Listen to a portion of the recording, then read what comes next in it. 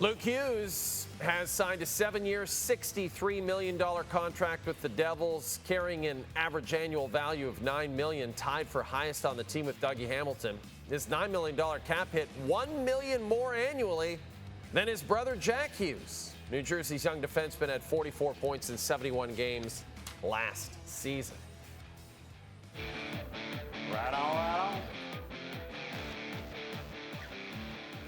Pierre LeBrun is here for our weekly conversation about things around the National Hockey League. Pierre, I don't know if there's a better example of how things have changed salary-wise in the National Hockey League than Luke Hughes now making $1 million more on the AAV than his brother, who just signed his deal in November of 2021. That shows you how much things have changed in that 4 to 5 year period. What's your take on the deal, Pierre? That's a great observation, Jay. I mean, when Jack Hughes signed his extension, I remember writing about it that day. You know, we were in the midst of this COVID situation with the flat cap, and you weren't sure about NHL revenues and, frankly, what the future held. So at the time when the Devils offered $64 million over 8 years to Jack Hughes, it's like, heck yeah, let's jump on that. But already that contract is a total bargain for the Devils. And I will say this, I mean, I believe, without anyone involved having told me this is my own observation, but I think that kind of played a part in this negotiation, the sense that the Hughes family is very tight-knit. You can tell that by hearing Quinn talk about Luke, talk about Jack. I mean, they all love each other. And I think that the family as a unit, I think it played into it that, hey, New Jersey, you guys have Jack on a heck of a bargain here for another 5 years at $8 million. Time to pay Luke here. Luke's going to get his. And I think that played a part in this negotiation. I mean, this is a healthy contract, $9 million a year for a defenseman with 2 years in the NHL under his belt. The way it finally came together is, for the longest time, Luke Hughes' agent, Pat Brisson, wanted a 6-year deal and was adamant it was going to be 6 years. And for the longest time, the Devils, GM Tom Fitzgerald, didn't want to go to $9 million a year. Well, guess what happened finally at the last minute on Tuesday night? It was the Devils finally going to $9 million, but only because the player in his camp went to 7 years. so that was the compromise that got this deal done. And but I tell you, even as of Tuesday afternoon, there was still a tangible gap, again, because neither side had gone there in those two things that I just talked about. So a grind of a negotiation, an interesting one, but certainly Luke Hughes a happy man today. Boy, it seems like, again, it was just a couple of years ago that Darnell Nurse and Zach Werenski were signing for over $9 million a year. And we thought, wow, that's such a crazy number for a defenseman. Now it looks like that's the benchmark. And it really makes me think about these other great young defensemen coming up, specifically, Pierre, the reigning Calder Trophy winner, Mr. Lane Hutson, in Montreal, Quebec. And we know he is eligible to sign an extension next offseason. Can you wrap your head around what that might look like at this point? I think the Luke Hughes announcement was about 37 seconds old before the Montreal market on social media exploded with Lane Hutson contract speculation. And listen, it's a normal thing to do because it's a fresh contract, a fresh comparison. Luke Hughes coming out of entry level. Lane Hutson, after this season here, will be coming out of entry level. Both star offensive defensemen. It makes sense. It's a fresh contract. You know, that is such an important negotiation for the Montreal Canadiens. And, you know, truth be told, I think for sure they wish the Habs that Lane Hutson would have been signed to an extension by now. They started having talks in July, on again, off again, throughout the offseason. They've been pretty aggressive, is my understanding, the Habs, in trying to get that done with Lane Hutson. But it hasn't happened. And now you have a new contract here with Luke Hughes. So there's a lot of different things you can look at here. One thing I want to stress, Jay, is the Habs have done such a good job, you know, with their young core.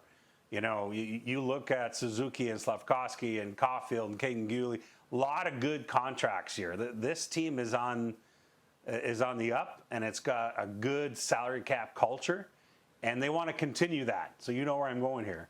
And I think that there's no question in my mind that I'm sure that part of what the Habs are trying to sell in Lane Hutson and his camp is that they're trying to build a team that takes multiple cracks at it over the long term. And they want to have a cap culture at the heart of it so that they can be as deep as possible, re-sign as bunch of guys as possible. Look at the team that just won 2 cups in a row in the Florida Panthers. You want to talk about a healthy cap culture? I get it. No state income tax, but it doesn't matter. Sam Reinhart took a pay cut to stay. Sam Bennett took a pay cut to stay, etc. So I think this is at the heart of where this is all headed with Lane Hutson is, of course, they have to pay him. He's earned it. He's a young superstar talent. He's going to get paid. He's going to get, I think, 8 years at some point, whether that's soon or whether that's after the season next summer.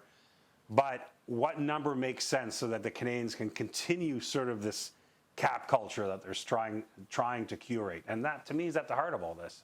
Do you think, just a quick follow-up, do you see a potential bridge deal sort of allowing Montreal to maintain that cap culture but maybe keep the number down a little more manageable? I mean, I don't believe it's what everyone involved has looked at so far. But if they don't get something done between now and next season, when he becomes RFA on July 1st, next July 1st, right? Then obviously, boy, if you have no other choice as the team, maybe you just go the QO route and know that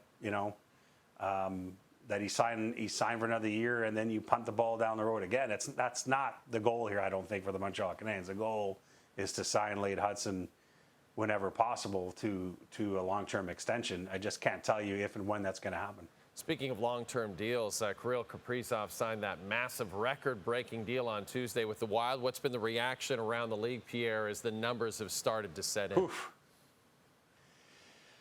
Let's see. One GM texting back, yikes, from another team. But no, I mean, listen, most team executives sympathize with Bill Guerin, the GM of the Wild, saying, listen, that's a team and an owner that would not take no for an answer in terms of not having Kaprizov sign long-term.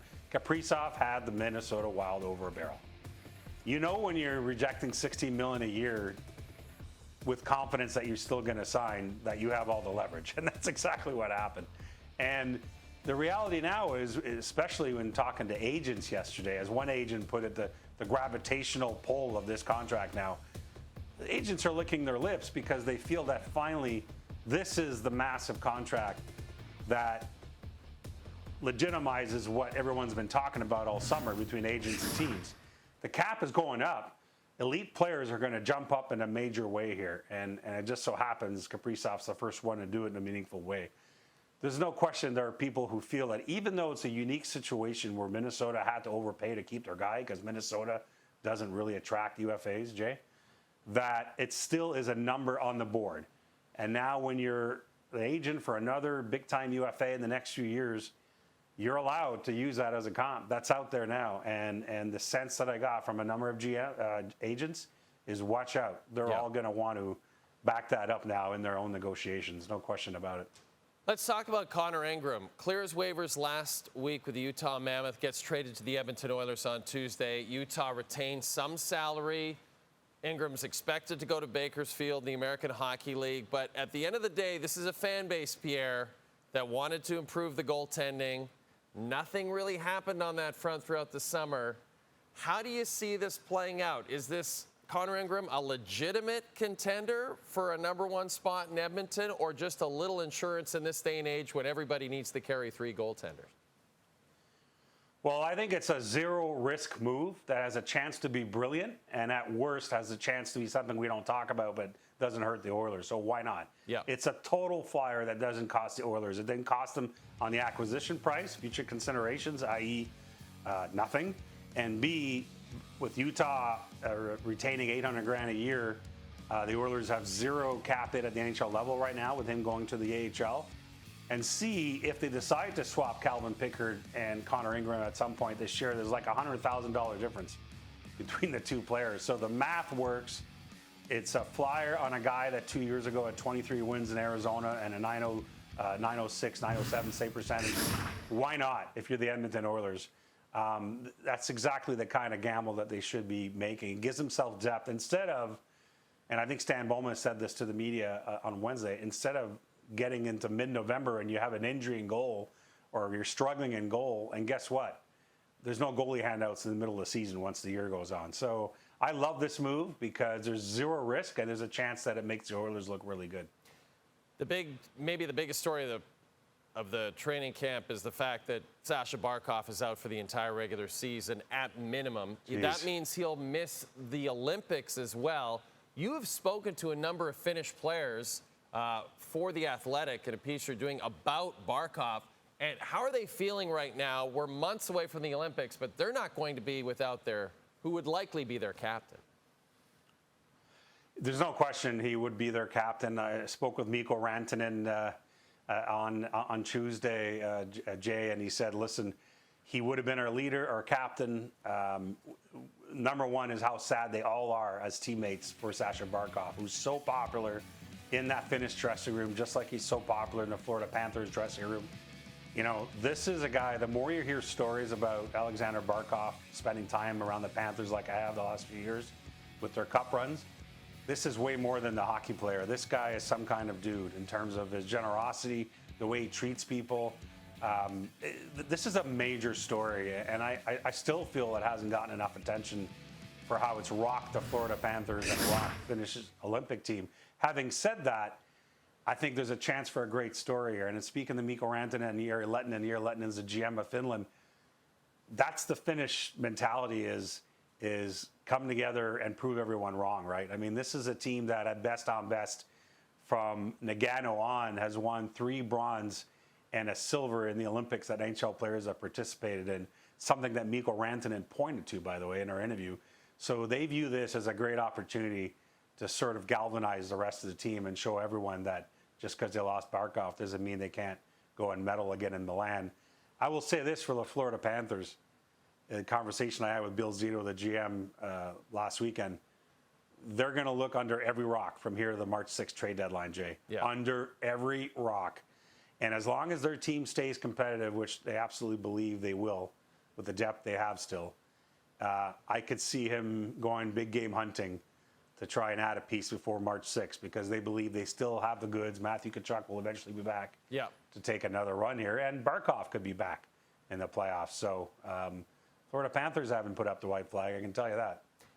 I can't let you go without asking about Sunday's upcoming game featuring your Cowboys against an absolutely abysmal New York Jets franchise. Are you just penciling in that W already, Pierre LeBrun? Just that W's penciled in for you. I think they're going to win, but I hate when you do that. The Cowboys are way better when everyone's written them off. They're not good as front runners. So how dare you? How dare you put that in my head? I believe they win. This is my prediction. The game is in New York, New Jersey. They win on a Brandon Aubrey 69-yard field goal at the buzzer. All right. Well, you have the best field goal kicker in the game. That's one thing that you can definitely hang your cowboy hat on. That's it. There's Pierre LeBrun, Cowboys fan, hockey insider extraordinaire. He joins us every single week.